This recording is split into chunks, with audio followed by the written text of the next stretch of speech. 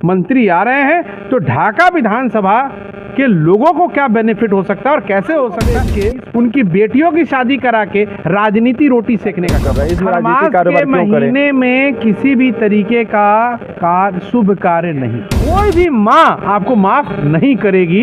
ये जो पाप आपने आज किया है इस नमस्कार, मैं हूं सुजीत कुमार और अभी आप देख रहे हैं दैनिक लाइव 24। मैं अभी ढाका विधानसभा क्षेत्र के पूर्व प्रत्याशी भाई अभिजीत सिंह के यहाँ मौजूद हूं। ये बेबाकी से हर बातों को, सामाजिक मुद्दों को उठाते हैं। जो काम सत्तारूढ़ द्वारा होता है, अच्छे काम को सराहते भी हैं और उनके गलत काम को नकारते भी हैं और इस बात को जमकर लोगों के बीच रखते भी हैं।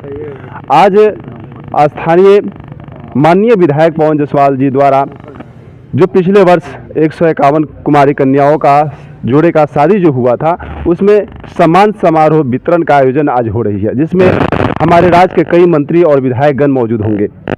इसी कड़ी में आज कुछ बातों को लेकर के अभिजीत जी के यहाँ मौजूद हैं और जानना चाहेंगे कि आज हम लोगों को यहाँ पर क्यों बुलाया है, प्रेस कॉन्फ्रेंस करने का इनका मेन मकसद क्या रहा है, इनसे जानना चाहेंगे। सर, स्वागत है आपको दैनिक लाइव न्यूज़पेपर में। चलिए, बहुत बहुत धन्यवाद और दैनिक लाइव के सभी दर्शकों को नमस्कार, प्रणाम। देखिए, प्रेस कॉन्फ्रेंस करने का कोई मकसद नहीं है। मकसद ये है कि हमारे विधानसभा में कई मंत्री आ रहे हैं, खरमास का महीना है, बेटियों के सम्मान की बात हो रही है, तो मेरा सवाल यही है कि खरमास के महीने में आपको क्या ज़रूरत पड़ गई थी ये सम्मान करने की? 15 दिन के बाद कर लेते। और जो मंत्री आ रहे हैं, चाहे जो भी मंत्री आ रहे हो, कृष्णनंदन जी आ रहे हैं, केदार जी आ रहे हैं, जनक साहब आ रहे हैं, सुमित भाई आ रहे हैं, सम्राट चौधरी जी आ रहे हैं, संतोष जी आ रहे हैं, जमा खान साहब आ रहे हैं, ये सभी लोग सम्मानित लोग हैं। तो ये ढाका विधानसभा को क्या देके जाने वाले हैं, इन्हीं बातों के लिए प्रेस कॉन्फ्रेंस मैंने की है कि ऐसा नहीं हो कि ये मंत्री लोग आएँ और चुपचाप फिर से वापस चले जाएं।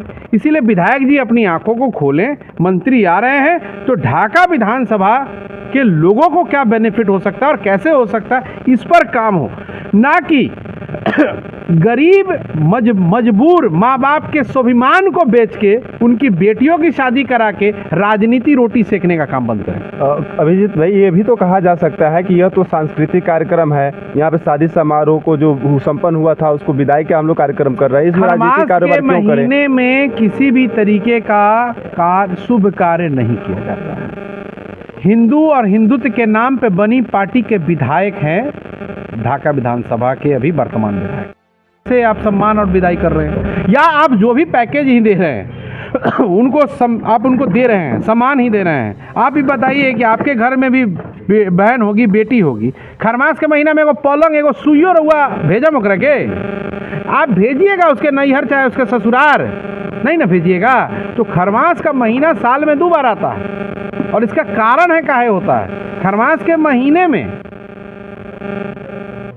जो है हम लोग कोई भी शुभ कार्य, खासकर किसान और गरीब तो बिल्कुल नहीं करता है। तो आप इस कार्यक्रम को राजनीतिक रूप से देख रहे हैं? नहीं, कोई राजनीतिक रूप से नहीं देख रहा हूँ। मेरा ये मानना है कि जो भी बेटियां हैं या जो भी बच्चे हैं इस शादी में, जिनकी शादियां हुई हैं, वो इसी विधानसभा से हैं, वो मेरे ही बहन या मेरे ही भाई हैं। तो मेरा ये कहना है कि उनके अच्छाई के लिए कि ये कार्य नहीं होना चाहिए, उनके लिए मुझे फिक्र है कि ये कार्य नहीं होना चाहिए। रही बात मंत्रियों के आने की, तो अगर आप ताकत दिखाना चाहते हैं कि इतने मंत्री को हम मंच पर ले आए, तो आपकी सही ताकत विधायक जी तब खुल के आती जब आप हर मंत्री से कोई योजना ले आते। ढाका विधान, जमा खान साहब आ रहे हैं, 72 से 73 हज़ार मुस्लिम हैं ढाका विधानसभा में, है ना, तो वो जमा खान साहब क्या देंगे?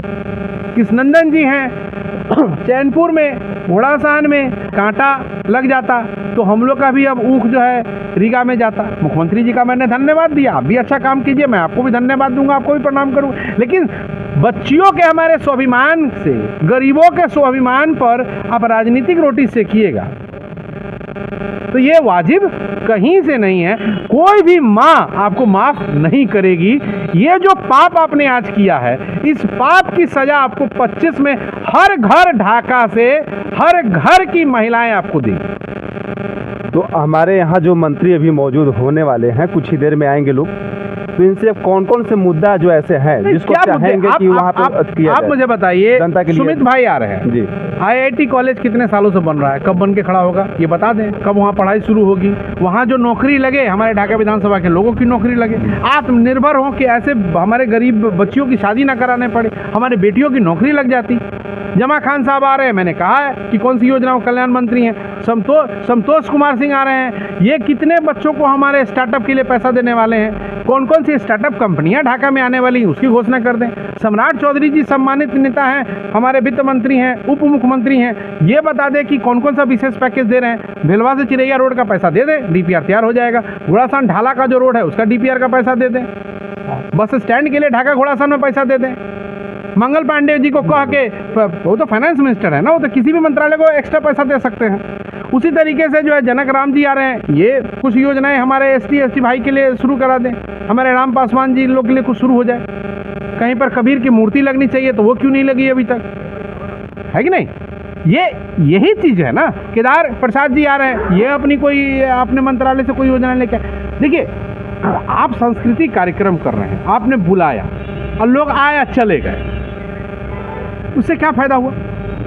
मैं आंखें खोलना चाहता हूँ, ये विरोध नहीं है, ये एक नोक है कि उठिए, सवेरा हो गया, गलत कर रहे हैं आप। हिंदुओं का अपमान हो रहा है, खरमास में हमारे बेटियों का सम्मान नहीं है, खरमास में हिंदू बेटियों का अपमान हो रहा है। तो इतने मंत्री आ रहे हैं, कौन सी योजना लागू होने वाली है आप देख लीजिएगा, कुछ नहीं होगा।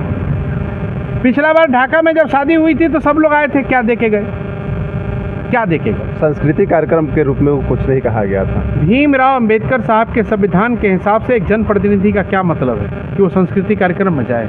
अगर जाता भी है तो कुछ लेके ना जाए, कुछ बोल के ना आए, कुछ काम करके ना आए, कुछ बेनिफिट ना आए। मेरे यहाँ अगर मंत्री आएंगे तो हम तो कहेंगे ना कि मंत्री जी हमारे यहाँ का जो है ये काम, ये वाला रोड बनवा दीजिए, बिरता चौक से जो रोड बना है इसकी जाँच करवा दीजिए। हम तो कहेंगे, आप भी जाके देख लीजिए कि कैसा रोड बना है। वो अगले साल फिर उखड़ जाएगा, बारिश होगा उखड़ जाएगा। अभी जो घोड़ासान से अभी रोड पे आ रहे हैं, अम्बेडकर चौक से जो चैनपुर जो सड़क है, इसकी स्थिति क्या है?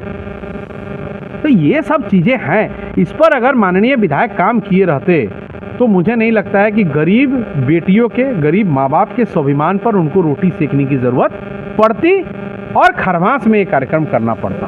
क्योंकि उन्होंने काम नहीं किया है तो अब दिखावा के नाम पर वो जितनी मर्जी अपने आप को दिखा लें, लेकिन 2025 में इस खरमास में किए हुए अपमान का बदला ढाका विधानसभा की हर महिला उनसे 2025 में चुकाएगी। बहुत बहुत धन्यवाद अभिजीत जी के बेबाकी से रखे गए आवाज़ को। हम चाहेंगे कि स्थानीय विधायक जी जो हैं इस कार्यक्रम में ज़रूर से ज़रूर हमारे ढाका विधानसभा क्षेत्र की जनता के लिए कुछ ऐसे उपहार लाए जिससे हर लोगों को फ़ायदा मिल सके। देखते रहिए दैनिक लाइव न्यूज़ 24। धन्यवाद।